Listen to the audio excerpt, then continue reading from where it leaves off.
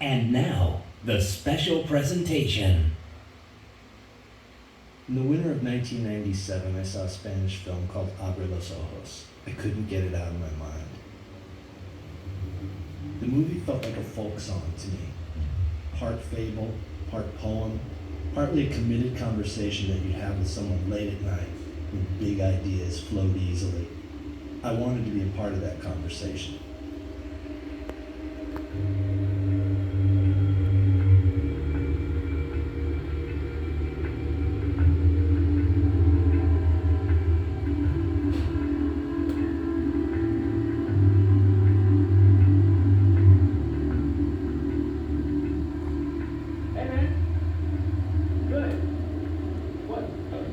Then you struck that lightning. David, opinions are accepted. Casting went quickly, from the smallest parts to the leads. We all had to move fast. How do you accomplish such a thing? Oh, Emma, do you know the net? No. But I should think what we might have in common. As all movies do, Vanilla Sky, a title I thought had a kind of a musical quality, acquired a driven, adrenalized personality all its own.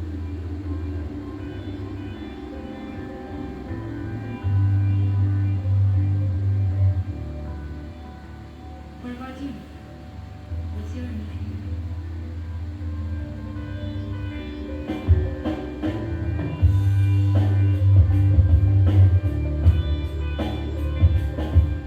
Well, there's certainly Cameron.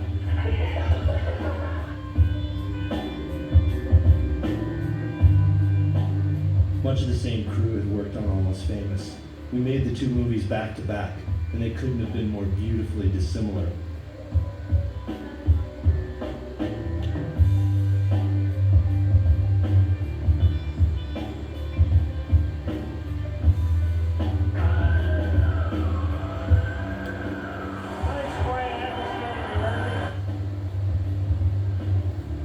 Visuals mattered a lot on this one, especially the opening sequence where we emptied Times Square on an early November morning. Working with the great John Toll again was key. He'd been the cinematographer on Almost Famous, and while that movie had a free-flowing documentary-ish feel, this one would be even more demanding.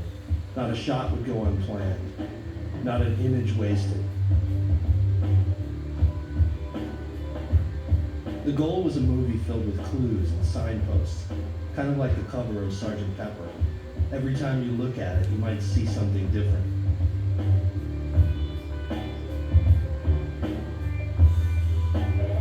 In the original, I don't remember Penelope Cruz being in the psychiatric unit. I don't remember either. I don't remember. I think there's some kind of mojo in the air that creates an environment in this movie where Penelope Me.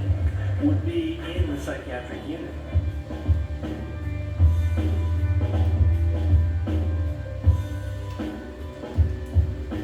We all pitched in to tell this odd and intoxicating story about dreams and reality.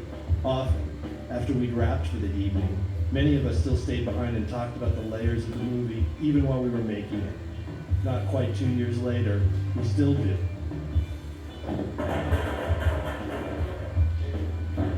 You have written it.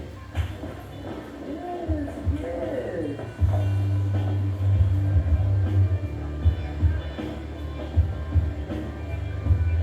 We worked 6-day weeks to beat an impending strike that never quite arrived. And by the end, everybody was burnt. After the first screening, it was obvious we needed to discuss it and put the film in context. What do you think the shot means? What do you think the shot means? I don't know. What does this shot mean? What does it mean? We started on a single piece of paper. Picture comes in the frame. Piece of paper comes in the frame. Camera starts to rise. We see him surrounded by a sea of paper. And what is the meaning of this shot? Camera knows. Of it. What does the shot mean? This shot is the nightmare of somebody trying to catch up on unfinished business. It is cramming for the finals of life in a single shot. Join me now to watch the opening image. The result of an international press tour filled with highs and lows is the subject of another film, also included on this DVD. There's a school of thought that says a movie should be clear and obvious whenever possible. From the moment it leaves the theaters and begins its journey through home video and DVD, people will be doing more and more other things while it's playing. And ultimately, it will be something on late-night television that will play while its greatest audience is half asleep.